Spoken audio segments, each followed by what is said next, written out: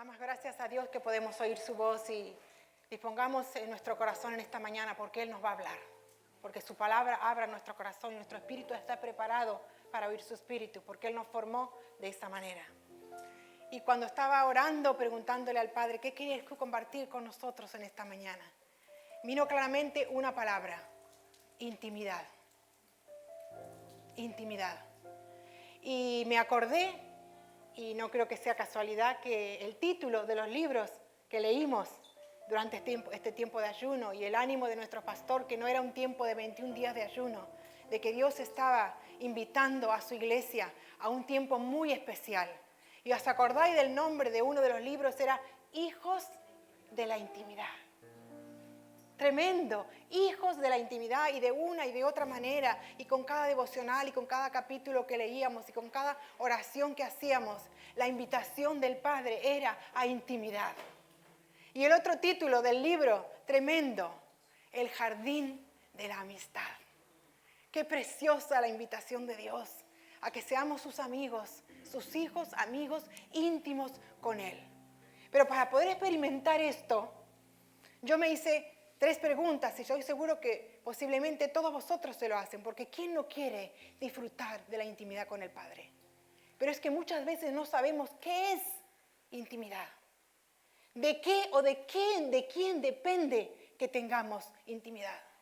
¿Cómo podemos experimentarla? Porque si no hay entendimiento de esto, no lo disfrutamos, no lo conseguimos, no lo logramos, no entendemos cómo podemos llegar a este nivel con nuestro Padre. Y como siempre a mí me gusta, voy al diccionario y busco qué significa la palabra intimidad. Pero es tremendo, porque es un diccionario, una real academia, algo secular. Y a la vez encontramos en la palabra una conexión perfecta con lo que ese diccionario dice. Una de ellas dice, relación de amistad muy estrecha y de gran confianza. Esto lo dice el diccionario, no lo dice la palabra. Relación de amistad muy estrecha y de gran confianza. ¿Y saben qué dice la palabra en Juan 15:15? Ya no los llamo siervos, porque el siervo no está al tanto de lo que hace su amo. Los he llamado amigos, porque todo lo que a mi padre le oí decir, se los he dado a conocer a ustedes. No es una definición simplemente del diccionario. Somos amigos, ya no siervos, ya no esclavos. Y un amigo, los que tenemos amigos, comparten intimidad con su amigo, le comparten las cosas más íntimas, le abren su corazón, cuentan con él, corren a él cuando necesitan algo, ayuda, o incluso cuando están contentos y quieren contárselo al primero que se lo cuentan, es al amigo. Y Dios nos llamó amigos, ya no esclavos, ya no siervos. Otra definición del diccionario dice, aspecto interior o profundo de una persona. Aspecto interior o profundo de una persona en relación a sentimientos y vida relacional con otros. Aspecto interior o profundo de una persona. Miren lo que dice la palabra. Sin duda, la palabra de Dios es viva y eficaz y más cortante que cualquier espada de 2 filos. Penetra hasta lo más profundo del alma y del espíritu, hasta la médula de los huesos, y juzga los pensamientos y las intenciones del corazón. ¿Quién es la palabra? El Verbo se hizo carne, Cristo en nosotros, la esperanza de gloria. Él es la palabra y Él está en lo más profundo de nuestro ser. Dice aspecto íntimo y profundo de una persona. Allí está el Espíritu de Dios con nuestro espíritu, alcanzando nuestra alma, nuestros pensamientos, nuestros sentimientos, nuestra voluntad. Allí está Él y discierne lo que hay en tu corazón, aunque no sea bueno. Él lo conoce, pero está ahí. Está ahí. Fuimos diseñados para intimidad. Esa es tu esencia. No es algo que tú tienes que procurar. Fuimos diseñados. Vamos a repasar Génesis. Imaginaros ahí Dios La creación que tanto la contamos a los niños, ¿verdad? El Espíritu de Dios, dice, se movía sobre la faz de la tierra y se creó todo lo que ya conocemos, ¿verdad? Pero hubo un momento de una conversación muy íntima entre el Padre y el Hijo, cuando vieron todo aquello y encontraron que deseaban algo con quien compartir intimidad. Y no eran los árboles, no eran las rocas, no eran los animales. Y dijeron, hagamos al ser humano a nuestra imagen y semejanza. A quien con quien podamos tener intimidad, con el que compartamos todo, con que disfruten todo esto que hemos hecho, a quien le demos autoridad para administrar, que le demos inteligencia para crear y para que se disfruten entre ellos y se multipliquen. Hagamos. Porque el Padre deseaba, no le bastaba todo eso hermoso solo para Él y para el Hijo y para el Espíritu. Necesitaba entonces, me imagino planeando, vamos a hacer a alguien que se parezca a nosotros.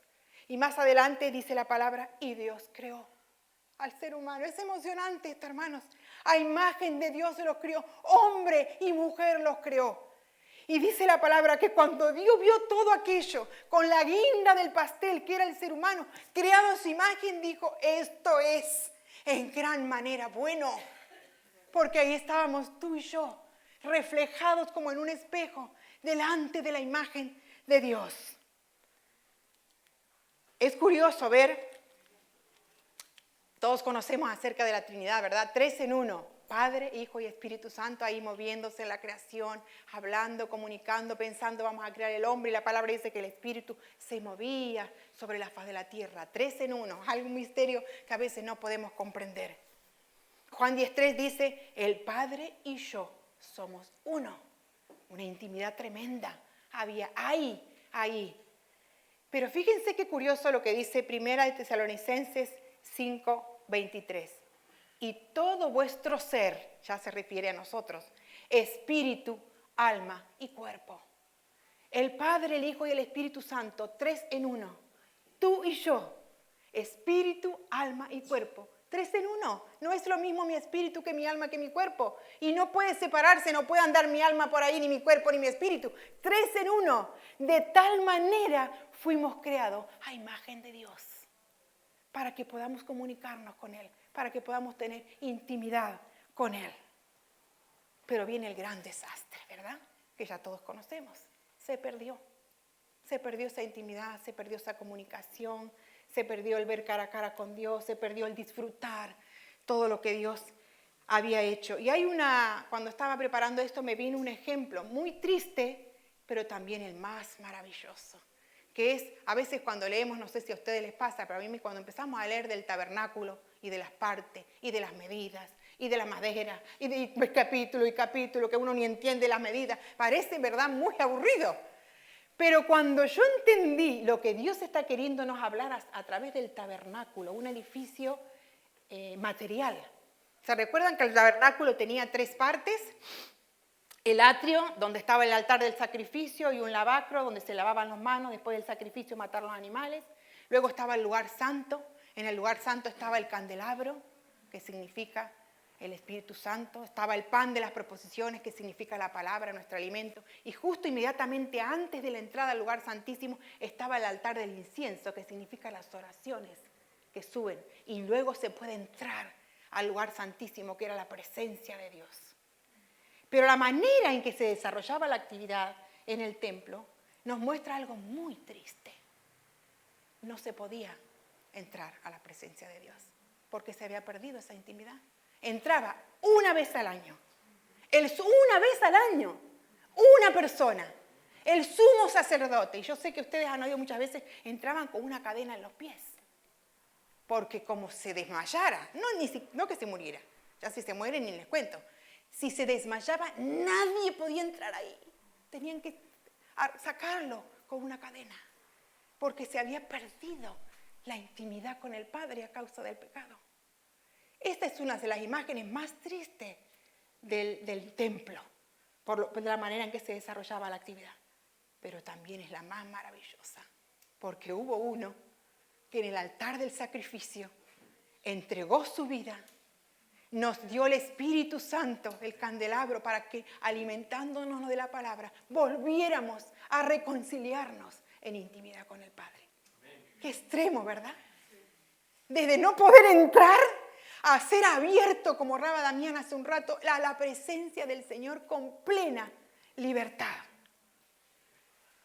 Dice Juan 17:21, Jesús había ya abierto el camino, estaba todavía en la tierra, hizo una oración que yo no sé si a veces nos detenemos o tenemos ese entendimiento o esa revelación de lo que la palabra nos dice cuando la leemos. La oración que hizo Jesús por nosotros antes de volver al Padre. Dice Juan 17:21, para que todos sean uno. Padre, así como tú estás en mí y yo en ti, permite que ellos también estén en nosotros. ¿Cumplió acaso el Señor esa oración? Otra vez volvimos a tener esa intimidad con el Padre. Otro versículo tremendo. Yo no sé si entendemos esto. Agua, por favor, ¿me pueden alcanzar alguien? Dice 1 Corintios 6:17. Pero el que se une al Señor se hace uno con Él en el Espíritu. Esa intimidad que habíamos perdido, dice, el que se une al Señor se hace uno con Él. Gracias, Gaby.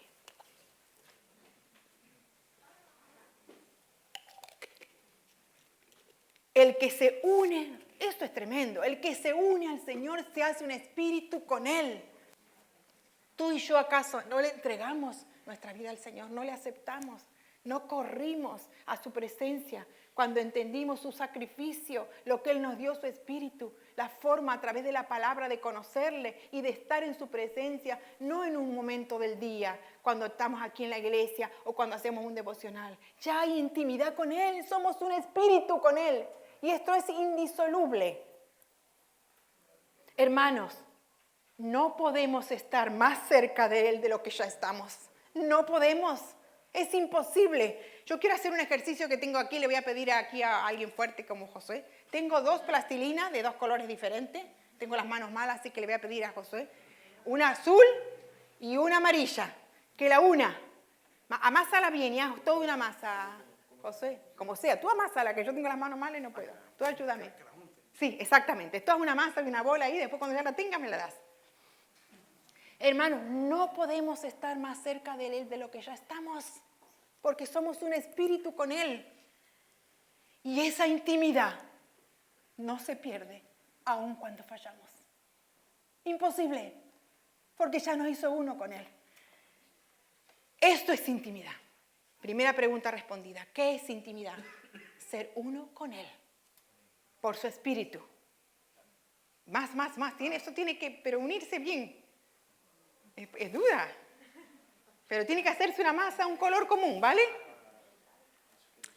Ahí está el problema.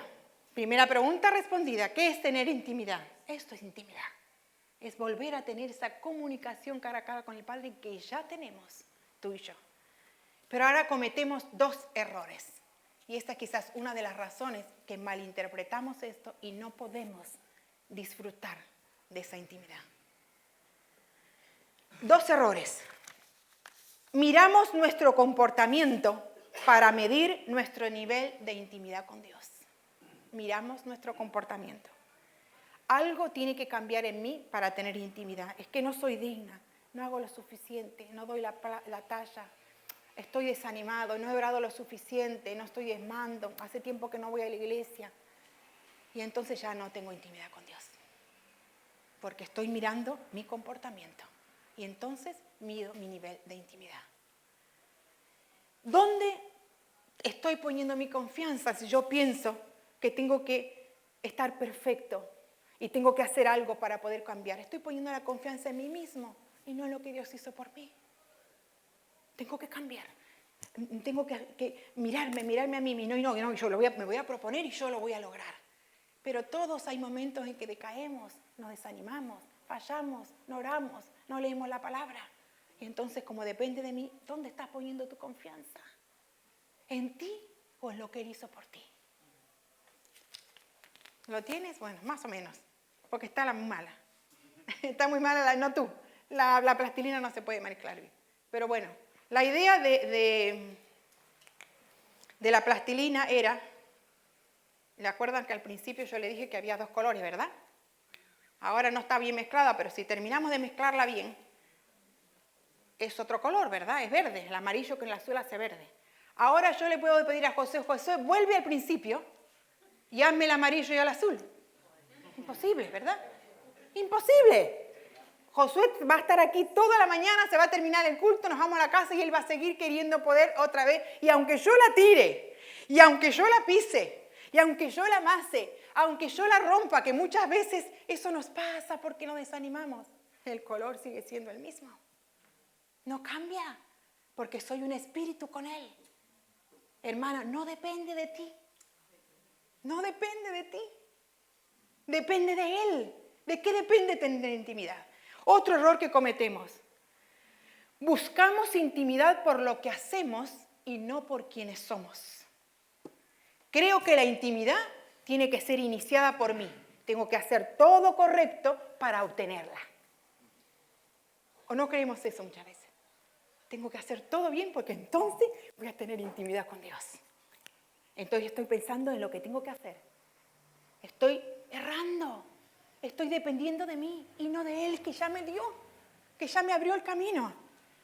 Hago todo mi esfuerzo para cumplir con todas las disciplinas espirituales. Y oro, y ayuno, e intercedo. ¿Y qué está? El problema está que cuando me decaigo por razones, inclusive fuera de mí, porque hay situaciones en el mundo que nos desaniman. Yo mismo me desanimo con mí misma.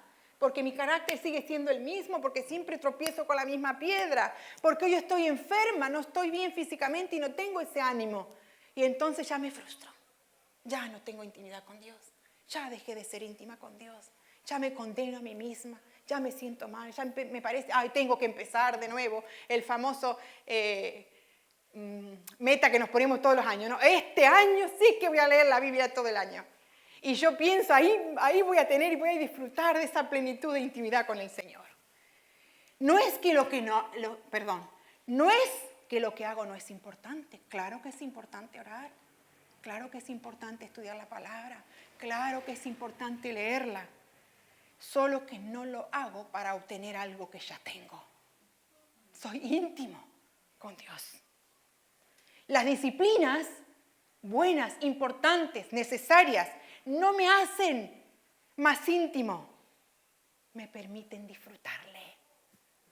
Como soy íntima con Dios, cuando leo la palabra, hablo con Él, le conozco quién Él es, me conozco a mí misma, me corrige, me exhorta, me anima, me levanta, me perdona, me limpia. Cuando hago todas estas cosas, lo hago por quien soy. Quiero conocerle, quiero oír su voz, quiero tener más revelación, quiero responder a lo que me hable, quiero servirle, quiero ir más allá con él, por eso lo hago, no para obtener más intimidad. No puedo ser como lo del más íntimo de lo que ya soy. Cuando conozco de esta manera la intimidad con Dios y vivo esta realidad, voy a desearle más. Voy a estar más en comunión con Él. Voy a orar porque voy a escuchar su voz. Deseo oírle, deseo servirle, deseo aplicar lo que aprendí. Solo por responder a su amor. Porque me amó primero. Porque me dio vida cuando estaba envuelta en mis delitos y pecados. Y por responder a su amor, corro a su presencia. Hay un versículo que me encanta. A él correrá el justo y levantado será. Pero la palabra dice, no hay ninguno justo. Entonces, ¿qué hacemos? Porque Él te hizo justo. Porque Él nos justificó. Y dice, y a Él correrá el justo y levantado será porque está caído. Por la razón que sea. Por el ánimo, porque caíste en pecado, porque lo que sea. Pero dice, a Él correrá el justo y levantado será, porque puedes correr a su presencia con libertad, porque ya está abierto el camino a la intimidad. Hermano, escuchar esto, ¿no te trae descanso? ¿No te hace libre sabiendo que ya eres íntimo con Él? No es algo que se compra, no es algo que se logra con esfuerzo. Ya eres íntimo e íntima con Él. Quiero darle de 3 ejemplos, porque vamos a hablar de ejemplos bíblicos con los cuales nosotros nos podemos identificar. De 3 personas, hijos íntimos de Dios. ¿Y cómo fue el transcurrir de su vida? Vamos a escoger primeramente a David. David todos lo recordamos, ¿verdad? Un adolescente que cuidaba ovejas en el campo.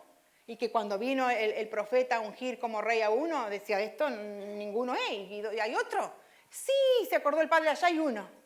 ¿Se acuerdan? Y vino David y fue ungido como rey. Y pasa el tiempo y viene el famoso filisteo, ¿os acordáis? Y viene porque lo manda el padre a traer comida a sus padres, y ahí ve David y dice, ¿qué está pasando aquí? Pero todo el pueblo de Dios contra un gigante y no pasaba nada. Y él dice, pero ¿cómo puede ser esto? Y bueno, primero lo desechan un poco, ¿y cómo puede ser esto? Y dice, no, un momento. Y ahí nos damos cuenta de la intimidad que David tenía, cómo le conocía a Dios, cómo había hablado con él mientras estaba cuidando las ovejas. Porque dice, si Jehová me salvó a mí de la garra del oso y del león, ¿quién es este filisteo incircunciso para venir a atreverse a desafiar al ejército del Dios viviente? ¿Quién es? Porque él lo había conocido en intimidad. Y bueno, todos sabemos lo que pasó, ¿no? Con su ondita, pero era el Espíritu de Dios en él y vence al gigante. Pero con el tiempo, este David que llegó a ser rey, un día estaba en la terraza y vio una mujer y se tentó su corazón con aquella mujer, que era una mujer casada. ¡Ay! Maquinó su carne. Yo me deshago del marido de esta mujer y todos sabemos el plan que hizo. Lo voy a mandar a la guerra, lo pongo primero. Planeó un asesinato, ya había adulterado, como dice la palabra, con ella en su corazón y todo lo llevó a cabo. Mandó a matar el hombre para conocer a esa mujer y traérsela. Adulteró. Y ahora viene un día el profeta Natán enviado por Dios y le dice, mira David, te voy a contar una historia. Resulta que hay un hombre pobre y un hombre rico y el rico tenía muchas ovejas y el pobre tenía una que la cuidaba mucho. Y recibió invitados el hombre rico. Y dice, yo no voy a matar una de mis ovejas, yo le mato a la oveja a este. Y le mató a la oveja al pobre, que tenía una. Y entonces, claro, cuando David le cuenta, ¿qué tú piensas? Ah, no, dice David, a ese hay que matarlo. Dice el profeta, ese eres tú. Y David se quebrantó su corazón. Perdóname, Señor, es verdad, pequé. Y se arrepintió. Y dice la palabra, y Jehová lo perdonó y no lo desechó como rey. Porque era alguien íntimo con Dios. Y falló, sí falló. Pero inmediatamente que Dios lo confrontó, se quebrantó, reconoció su pecado, se arrepintió. Dice, y Dios lo perdonó y no lo quitó del lugar donde lo había puesto. Sin embargo, a Saúl, que no tengo tiempo para compartirlo, si leemos a Saúl, con algo muchísimo menos grave, que fue quedarse con el botín, que le dijo, mata todo y no te quedes con ningún botín, y él le pareció, ¿por qué no voy a tirar estos animales que son buenos y este alimento? Es más, lo voy a ofrecer a Dios. Lo desechó Dios. Era diferente la relación de Saúl que la relación que David tenía. Porque el fallar no te corta de la intimidad con Dios. Vamos a ver otro caso. La mujer adúltera, ¿se acuerdan? La que trajeron, la encontraron, dice la palabra, en el mismo acto de adulterio. Y conforme a la ley, la trajeron, y yo me la imagino, la tiraron, no, me lo imagino yo, no dice la palabra ahí, ¿no? Pero sí estaba en el suelo. Y la ley decía que a la mujer que era encontrada en el mismo acto de adulterio había que apedrearla. ¿Decía eso la ley o no decía? ¿Decían la verdad o no decían los que estaban ahí? Pero Jesús, y yo para mí, hermanos, este es el acto de uno, porque hay muchísimos, de mayor intimidad en la palabra. Ella estaba en el suelo y el Señor se agachó y escribía en el suelo. Se agachó y dice, el que esté libre de pecado, que le arroje la primera piedra. Ni uno quedó. Pero el siguiente acto de amor le dijo, ninguno de ellos te condena, yo tampoco. Ahora vete y no peques más. Dios había visto su pecado. Había visto su pecado. Pero le dijo, vete y no peques más. ¿Qué mayor acto de intimidad con este? Ponerse a su altura, viendo que estaba así. Hermanos, a veces nosotros hacemos eso con nosotros mismos y nos perdemos el mayor acto de intimidad. No necesitamos que otros nos vengan a arrojar piedra, nosotros mismos. No soy digna, le he fallado otra vez al Señor y siempre caigo en el mismo pecado y mi carácter no cambia. No necesitamos que otros nos vengan a arrojar piedras. Nosotros mismos nos arrojamos piedra y nos apartamos de la intimidad que Él quiere tener con nosotros. Tremendo, ¿verdad? De David me olvidé decir una cosa. David, Dios lo perdonó y esto es importante saberlo también. Y no lo desechó del reino, pero tuvo las consecuencias de su pecado. Eso también es verdad. Perdió un hijo. Fue tremendo lo que le pasó después de eso inmediatamente. O sea que guay. No podemos por la gracia, porque como no perdemos la intimidad, hay consecuencias. Pero eso no significa que perdamos nuestra intimidad con Dios. Es más, él tuvo el deseo de construir el templo y le dijo, tú no lo vas a hacer, lo va a hacer tu hijo Salomón. Y perdió un hijo, y la descendencia de Cristo viene de David. Un último ejemplo de otro hijo de la intimidad. Vimos dos hijos esta mujer de la adúltera, muchos piensan que es María Magdalena, la que después lavó los pies del Señor, los ungió con su perfume. Cuán amada e íntima se sintió. Otro acto de intimidad de la misma mujer. Esta misma mujer estaba al lado de la madre de Jesús cuando lo crucificaron, si era María Magdalena. Tremendo, porque la intimidad, lo voy a decir más adelante, la intimidad te transforma. El último ejemplo que voy a dar, Pedro. Pedro fue una de las primeras personas que Jesús llamó cuando inició su ministerio. El primero. Lo leí ayer en la palabra. Dice que empezó su ministerio y encontró a dos pescadores. Uno de ellos era Pedro. Encima lo nombra primero. Y otro, que no me acuerdo quién era. Uno de los primeros discípulos de Cristo. Que caminó con él, que lo conoció.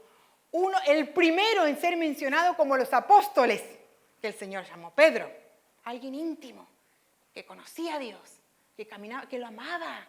Que disfrutaba de él. Y claro, cuando el Señor le dijo, mira Pedro, que tengo que morir. Le dice Pedro, no Señor, en ninguna manera esto te acontezca. Porque lo amaba, porque no quería. Y le dice Jesús, apártate de mí, Satanás. ¿Ustedes piensan que le estaba diciendo a Pedro, tú eres Satanás? ¿Ustedes piensan eso? No. Pedro no era Satanás, evidentemente. Porque tiene como dos partes eso. Apártate de mí, Satanás. Dice, ¿no? Porque claro, cuando recibió la carne de él, no era fácil el camino que tenía que transitar y que él sabía. Entonces dice, no, Satanás, tú a mí, es Pedro que habló, no lo dice, no, pero yo lo interpreto, pero tú a mí con esto no me tientas, Satanás, porque yo sé lo que he venido a hacer. Pero le dice a Pedro, porque me eres de tropiezo, porque tú no estás pensando conforme a Dios, sino que estás pensando conforme al hombre, conforme a tu carne. Porque lo amaba Pedro. No le estaba diciendo tú eres Satanás, le estaba diciendo a Satanás. Con esta tentación. Pero Pedro, me eres de tropiezo, porque nosotros muchas veces nuestra carne nos hace de tropiezo a nosotros mismos. Pensamos conforme al hombre, pensamos cómo solucionar nosotros las cosas y no es conforme al Espíritu de Dios. Y Pedro después le dice también sobre esta roca edificaré mi iglesia. Ven ustedes ahí el juego de intimidad con Pedro, con el Señor. Y fue el que 3 veces le negó. Y Jesús le dijo, ¿me vas a negar? No, Señor. No. Y sí pasó. Le negó 1, le negó 2, le negó 3. Pero todos sabemos también qué pasó cuando él se dio cuenta de lo que el Señor le había dicho. Y que dice que él lloró amargamente. Porque se arrepintió, se dio cuenta del fallo que había cometido. Pero ahí nuevamente el Señor, preparando una escena de intimidad única. Y hermanos, leamos la palabra porque hay escena de intimidad en la palabra únicas. Había resucitado el Señor, estaban pescando, frustrados, porque imagínense, habían perdido a su amigo íntimo, con quien caminaban, con quien habían visto hacer milagros. Encima van, pescan y no pescan nada. Y el Señor estaba ahí en la playa. Les dijo que volvieran a echar las redes porque no habían pescado nada. Fueron y pescaron. Y Pedro, ya estando en la barca, cuando se llenó, dice, ese era el Señor. Les había preparado una mesa con un pescadito asado y vinieron, ya lo reconocieron, vinieron corriendo. Pero en un momento, el Señor aparta a Pedro. Lo aparta. Y 3 veces le pregunta, Pedro, ¿me amas? Sí, Señor, te amo. Y otra vez, Pedro, ¿me amas? Imaginaros esa cena de intimidad, el que le había fallado, el que le tuvo que decir, apártate de mí, Satanás. Pero vio su corazón, porque la palabra dice que discierne la intención y la motivación de tu corazón. Dice, me estás haciendo de tropiezo, Pedro, pero yo sé que lo hace porque tú me amas y no te quieres apartar de mí. Y el Señor te puede decir a ti, yo sé que me fallaste, porque la carne es débil y sin mí nada podés hacer. Ven a mí, ven en intimidad conmigo, ven. Y le dijo al Señor a Pedro 3 veces, ¿me amas? Le permitió restituir, lo sanó. Le dice, mi amor es incondicional, Pedro. No depende de ti, depende de mí. Que te perdoné, que te limpié, que te restauré y te estoy restaurando y te estoy sanando. Y Pedro fue uno, ya si después le hemos hecho, de lo tremendo que Dios lo usó. 3 ejemplos de hijos de la intimidad. 3 ejemplos de hijos que le habían conocido y le fallaron y no por eso perdieron la intimidad con Dios. Y aquí yo noté una frase